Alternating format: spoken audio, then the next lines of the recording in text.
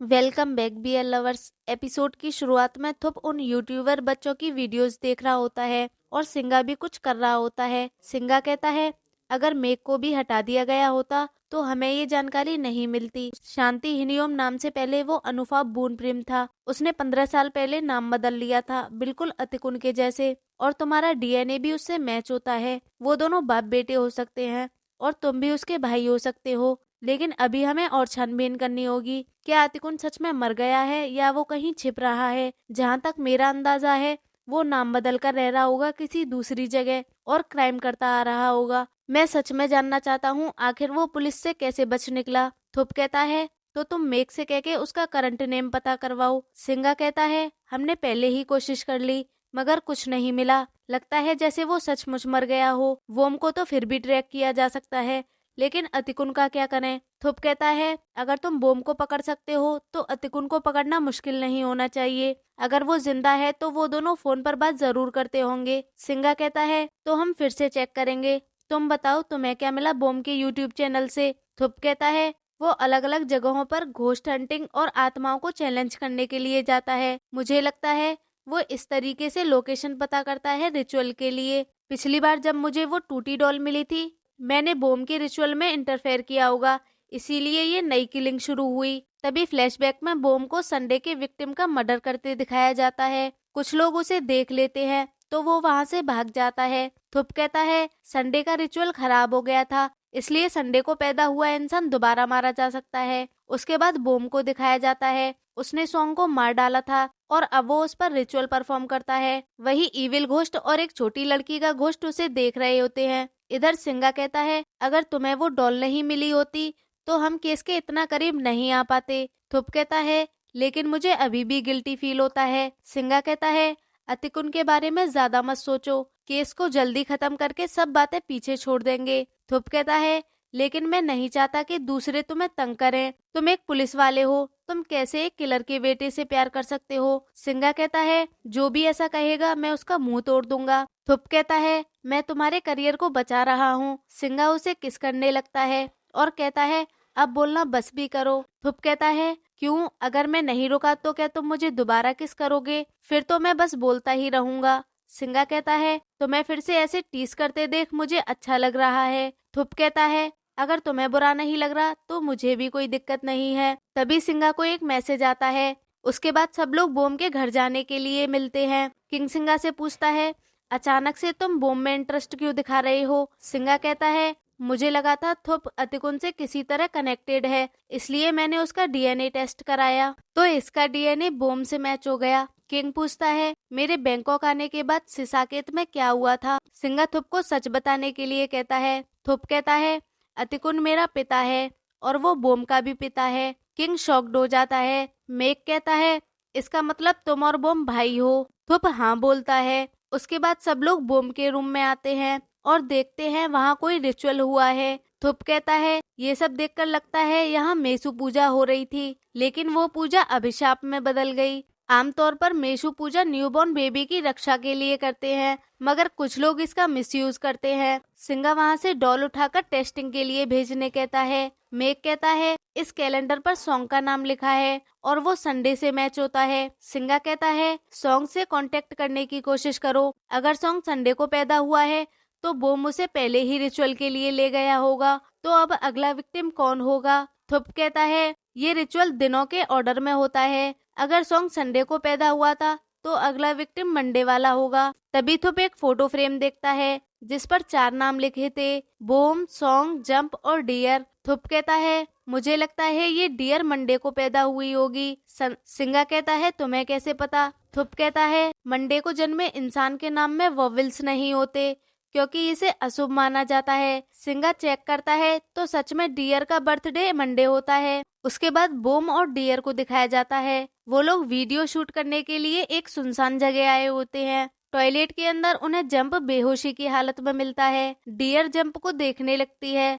तभी बोम उसे बेहोशी की दवाई स्मेल करा देता है और कहता है, मंडे का काम पूरा हो गया और ट्यूसडे का भी। उसके बाद से और डेरिन को दिखाया जाता है। से नाराज होता है। डेरिन उससे कहता है, क्या तुम उस रिचुअल की वजह से अब भी मुझसे नाराज हो? से कहता है, अगर हूँ भी तो तुम्हें क्या फर्क पड़ता है। डेरिन कहता है मैंने ये सब इसलिए किया क्योंकि मास्टर एसुन ने कहा अगर मैंने ऐसा नहीं किया तो मेरे करीबी लोग इसमें फंस सकते हैं, और मैं होली वाटर से नहाया क्योंकि तभी से कहता है अपने अंधविश्वास के कारण। डेरिन कहता है मैं बस नहीं चाहता कि तुम्हें कुछ हो। से कहता है अगर तुमने मुझे ये सब पहले बता दिया होता तो मुझे गुस्सा नहीं आता। डेरिन कहता है अगर मैंने पहले बताया होता तो हम में झगड़ा हो जाता, और मैं नहीं चाहता हम पहले की तरह झगड़े। जब भी हम किसी बात से डिसएग्री होते थे तो सब बिगड़ जाता था। से कहता है मैं भी वो नहीं चाहता, लेकिन अगर हम ईमानदारी से बात नहीं करेंगे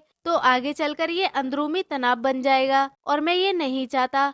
अब से तुम ऐसा कुछ करो तो पहले मुझे बताना। डेरिन कहता है ठीक है। तभी से उसे तावीज दिखाता है। डेरिन कहता है ये तो वही है जो मैंने तुम्हें साथ रखने के लिए बोला था। तुमने सच में इसे अपने साथ रखा था। से कहता है हाँ, मैं इसे हर टाइम अपने साथ रखता हूँ। डेरिन कहता है तो क्या अब तुम इन चीजों पर विश्वास करते हो। से कहता है नहीं, मैं इन चीजों पर विश्वास नहीं करता, लेकिन मुझे तुम पर विश्वास है। अगर तुमने इसे साथ रखने के लिए बोला है तो मैं जरूर रखूंगा, क्योंकि मैं हमेशा तुम्हारे साथ रहना चाहता हूँ। डेरिन कहता है अचानक से इतना मीठा बन रहे हो, मुझे समझ नहीं आ रहा कैसे रिएक्ट करूं। से कहता है मैं इससे भी ज्यादा मीठा बन सकता हूँ। उसके बाद दोनों का रोमांस चालू हो जाता है। वैसे गाइस, आपको सिंगाथुप का रोमांस अच्छा लगता है या से डेरिन का? मुझे तो से और डेरिन का पसंद है।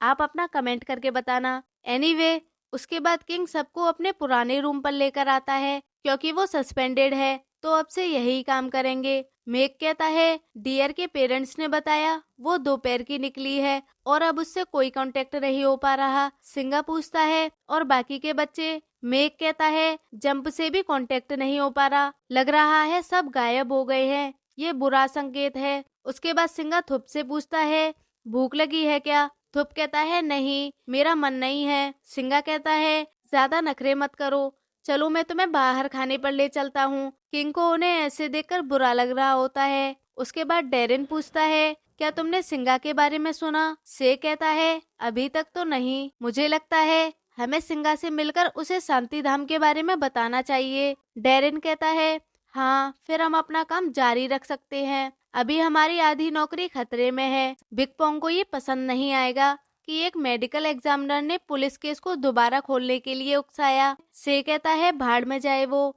हम सही काम कर रहे हैं, फिर भी हमें निकालना है तो निकाल दे, तब तक मैं तुम्हारे साथ हूँ। डेरिन कहता है बहुत अच्छे। से कहता है क्योंकि हमारे सिर साथ में कटेंगे। डेरिन कहता है तुम्हें ये अपशगुनी बातें कौन सिखाता है? से कहता है मैं मजाक कर रहा था। ये बताओ एक और राउंड हो जाए क्या? दोनों क्लोज आ ही रहे होते हैं, तभी नर्स साइन कराने आ जाती है। बेचारों का मूड स्पॉइल्ड हो जाता है। उसके बाद थुप सिंगा को मेडिसिन खाते देखता है। वो चेक करके कहता है तुम्हें तो बुखार जैसा है, तुम्हें थोड़ा आराम करना चाहिए। सिंगा कहता है पीड़ित इंतजार नहीं कर सकते तो पुलिस कैसे आराम कर सकती है? थुप कहता है पर अब तुम बड़े हो गए हो, अगर रेस्ट नहीं करोगे तो बीमार पड़ जाओगे। सिंगा कहता है क्या तुम बड़े लोगों से प्यार नहीं करते? जब मैं बूढ़ा हो जाऊंगा तो क्या तुम्हारा प्यार कम हो जाएगा? तो बताओ तुम मुझसे प्यार करते हो या नहीं? थुप कहता है ऑफ कोर्स मैं तुमसे प्यार करता हूँ, चाहे तुम कितने भी उम्र के हो जाओ, मैं तुमसे तब भी प्यार करूंगा। सिंगा कहता है फिर तो आराम की कोई जरूरत नहीं, बस इतना ही सुनकर मैं ठीक हो गया। थुप हंसने लगता है। सिंगा कहता है क्या तुमने कभी सुना नहीं, प्यार लोगों को मजबूत बनाता है? थुप हंसते हुए कहता है इस तरह की मीठी बातें तुम पर सूट नहीं करती। सिंगा कहता है मुझे चिढ़ाने की तुम्हारी हिम्मत कैसे हुई? थुप कहता है तुम्हें इतना मीठा बनने की जरूरत नहीं है, मुझे उल्टी आ रही है। तभी कोई दरवाजा खटखटाता है। सिंगा दरवाजा खोलता है तो से और डेरिन आए होते हैं। वो लोग कोल्ड रूम की फोटो दिखाते हैं। डेरिन कहता है ये रूम दूसरी मंजिल पर अंदर की तरफ है और उस पर लॉक लगे हैं। किंग कहता है तुम्हें लगता है उस कमरे में कुछ है? से कहता है उसमें बॉडी या विक्टिम हो सकते हैं। सिंगा कहता है कोल्ड रूम बॉडी प्रिजर्व रखने के काम आता है। किंग कहता है जिन पीड़ितों की तुमने पहले जांच की, क्या उनमें स्टोरेज तरीका हुआ था? डेरिन कहता है हाँ। से कहता है अगर रूम का टेम्परेचर 5 डिग्री से कम है और पीड़ित ने काफी मोटे कपड़े पहने हैं, अगर किलर पीड़ित को मुड़ी हुई हालत में रखता है तो दिमाग धीमा पड़ जाता है, शरीर हाइपोथर्मिया में चला जाता है ऑर्गन्स धीरे धीरे काम करना बंद कर देते हैं और फिर नेचुरली डेथ हो जाती है। सिंगा पूछता है इन सब में कितना टाइम लगता है। से कहता है कई घंटे। किंग कहता है अगर किलर ने इस तरीके का यूज किया है और पीड़ित अभी तक मरा नहीं है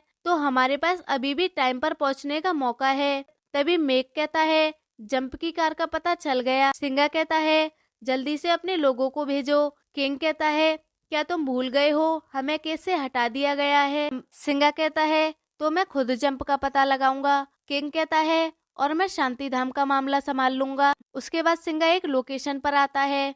उन्हें वहां जंप की कार मिलती है। सिंगा मेक से कहता है मेरे साथ चलो। थुप कहता है हमें अलग होकर ढूंढना चाहिए। सिंगा कहता है नहीं यहाँ खतरा है। थुप कहता है लेकिन इससे हम पीड़ित को जल्दी ढूंढ सकते हैं। सिंगा मेक से वारंट लाने के लिए कहता है। इधर किंग वारंट पर अपने डैड के साइन लेने आया होता है। उसके डैड मना कर देते हैं और कहते हैं केस बंद हो चुका है। किंग कहता है केस अभी पूरी तरह बंद नहीं हुआ, मैं बस एक साइन ही तो मांग रहा हूँ। मैं देखना चाहता हूँ शांति धाम के अंदर है क्या। कमांडर फिर भी साइन नहीं करते तो किंग कहता है तलाशी तो मैं लूंगा चाहे आप साइन करो या ना करो। और हाँ अब आप सावधान रहना, मैं उन चीजों के बारे में बता सकता हूँ जिन्हें आप अब तक छुपाते आ रहे हैं। इतना कहकर वो वहाँ से चला जाता है। इधर सिंगा उस जगह की तलाशी ले रहा होता है। तभी उसे अपनी बहन तालाब के पास खड़ी दिखती है। दूसरी तरफ रिचुअल हो रहा होता है। सिंगा आगे बढ़ने लगता है। तभी छोटी घोस्ट सिंगा के पैर में नुकीली चीज घुसा देती है।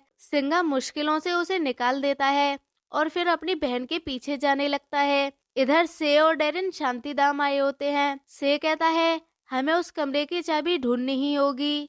तभी एक आदमी देखता है कि मास्टर जमीन पर पड़ा हुआ है। आदमी कहता है जल्दी कोई डॉक्टर को बुलाओ। तभी से डेरिन कहते हैं कि हम डॉक्टर्स हैं। वो दोनों मास्टर को चेक करते हैं। तभी उनकी नजर चाबी पर पड़ती है। से डेरिन से चाबी निकालने का इशारा करता है। डेरिन अपना हाथ बढ़ाता है। अचानक मास्टर उसका हाथ पकड़ लेता है। इधर तो वायरलेस पर सिंगा को बुलाने लगता है मगर सिंगा का कोई रिस्पॉन्स नहीं आता। मेक भी ट्राई करता है लेकिन कोई जवाब नहीं मिलता। मेक कहता है तुम चिंता मत करो, सिग्नल की वजह से ऐसा हो सकता है, वो आ जाएगा। लेकिन थुप को अजीब महसूस हो रहा होता है। तभी मेक को जंप की कार से शांति धाम का तालिस्मन मिलता है। इधर मेशा सिंगा से कहती है तुमने मुझ पर भरोसा क्यों नहीं किया, अगर तुमने मुझ पर विश्वास किया होता तो मैं नहीं मरती। सिंगा रोते हुए उससे माफी मांगने लगता है। तभी मेशा के पानी के अंदर जाने वाला फ्लैशबैक दिखाया जाता है। मेशा कहती है तुमने मेरी बात क्यों नहीं मानी, मैंने तुमसे साथ रहने को कहा था।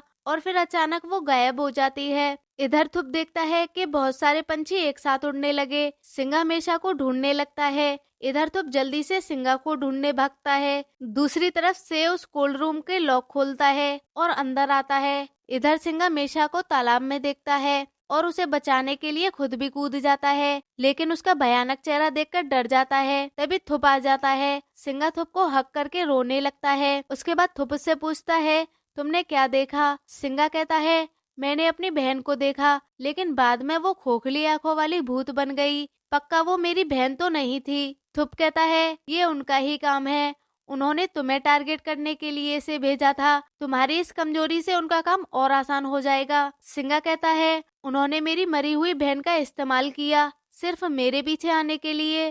थुप कहता है क्या तुम्हें अपनी बहन के लिए अब भी गिल्टी फील होता है, अगर तुम्हारे दिल पर कोई बोझ है तो तुम मुझे बता सकते हो। तभी फ्लैशबैक दिखाया जाता है। सिंगा अपनी मॉम से कहता है कि मेशा को किसी साइकेट्रिस्ट को दिखाओ। मॉम कहती है वो तुम्हारी बहन है, तुम ऐसा कैसे बोल सकते हो। सिंगा कहता है तब मुझे यकीन नहीं था, मेशा भूत देख रही है और मेरी माँ गुप्त विधियों से उसका इलाज करने की कोशिश कर रही है। फिर दूसरे फ्लैशबैक में मेशा अचानक उठकर चल देती है। सिंगा उसे अंदर आने के लिए कहता है, वो अंदर आ ही रही होती है। तभी एक बच्ची का घोस्ट उसे अपने साथ खेलने के लिए बुलाता है। मेशा उसके साथ चली जाती है।